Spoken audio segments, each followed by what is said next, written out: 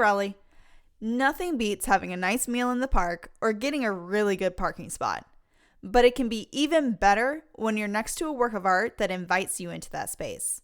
Sometimes we overlook the public art around us as we hurry to our destination or fumble with a parking meter.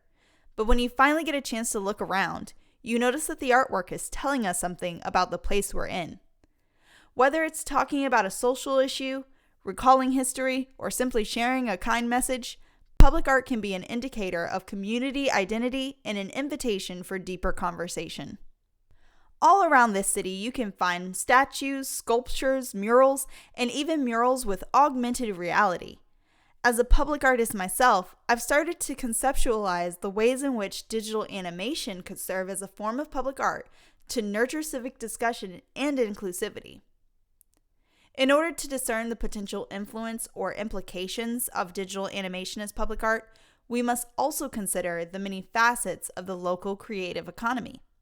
If you're interested in the importance of prioritizing opportunities for local artists and community engagement, then stick around as we consider innovating public art.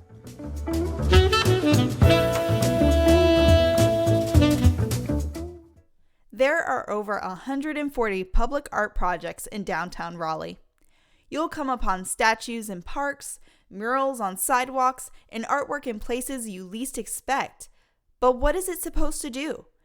Is there more to public art than just making something pretty?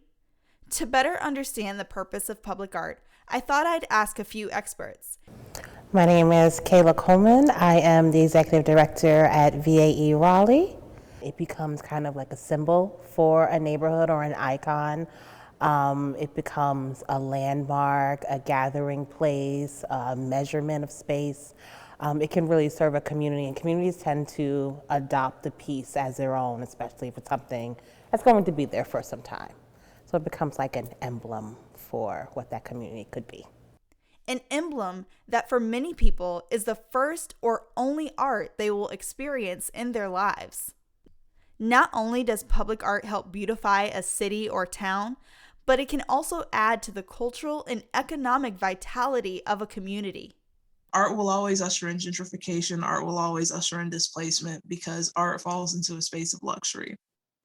I spoke with Derek Coulter, an award-winning artist, muralist, sculptor, and North Carolinian who explained that everyone is an artist in their own way, but access to create and perceive art can be an experience of leisure. I'm Laura Ritchie. I use she, her pronouns. I live in Durham, and I'm an arts organizer and a curator. Laura explains that public art can sometimes be perceived as or be a harbinger of gentrification.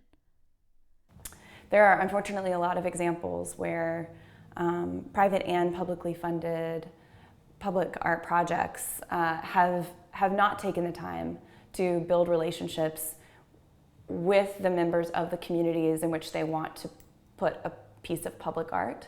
And that is where art can become harmful, where art can be sort of weaponized in this process of gentrification.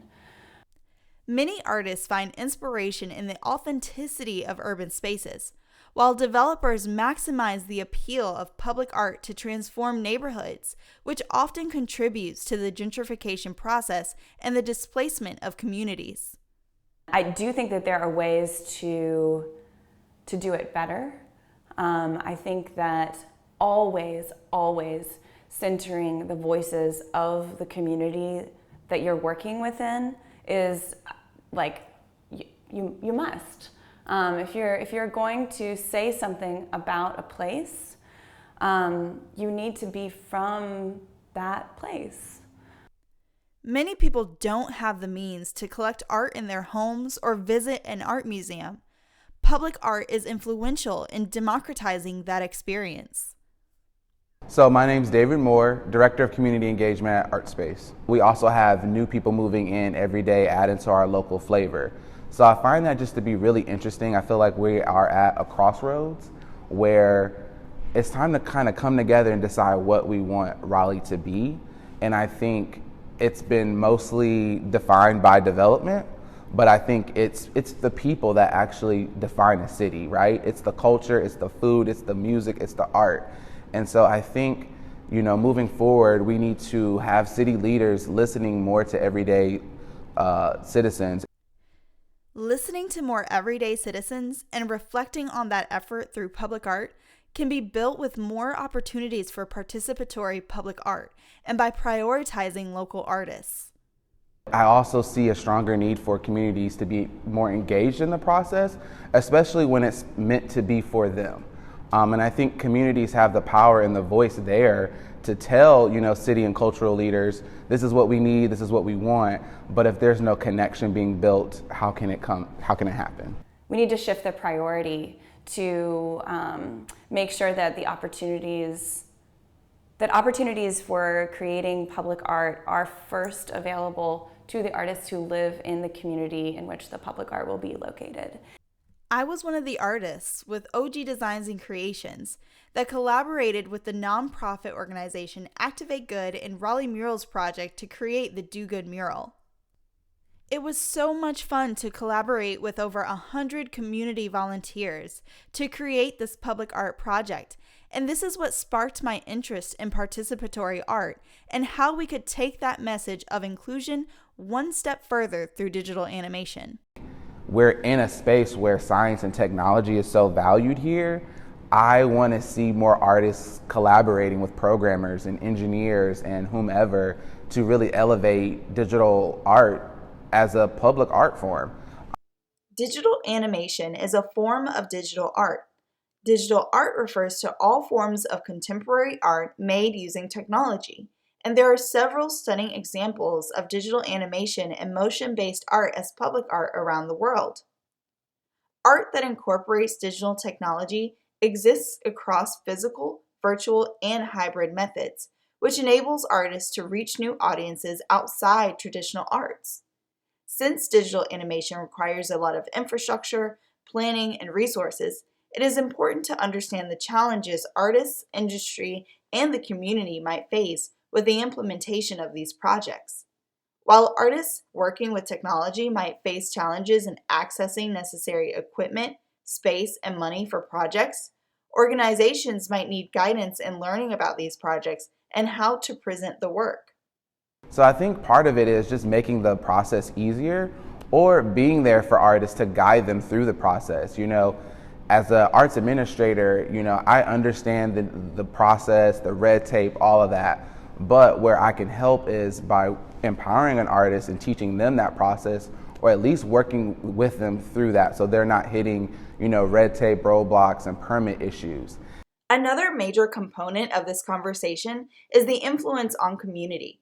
Race, gender, access, and other forms of privilege are at play in both the technology and the arts industries. As we continue to push the boundaries of digital technology as public art, it is important to support the communities they reside in. But you cannot forget the most important voice, which is that community, and ensuring that artist has a dialogue with that community and they do their best to honor them and make sure that what they are considering would fit into that space. Public art involves participation from artists, civic leaders, community residents, and many more. The challenge of innovating public art in such a communal process is to enhance rather than limit the artist's involvement in the voice of the community. Public art continues to be a major part of our history and our evolving culture by continuing to be a unique testimony of our public experience.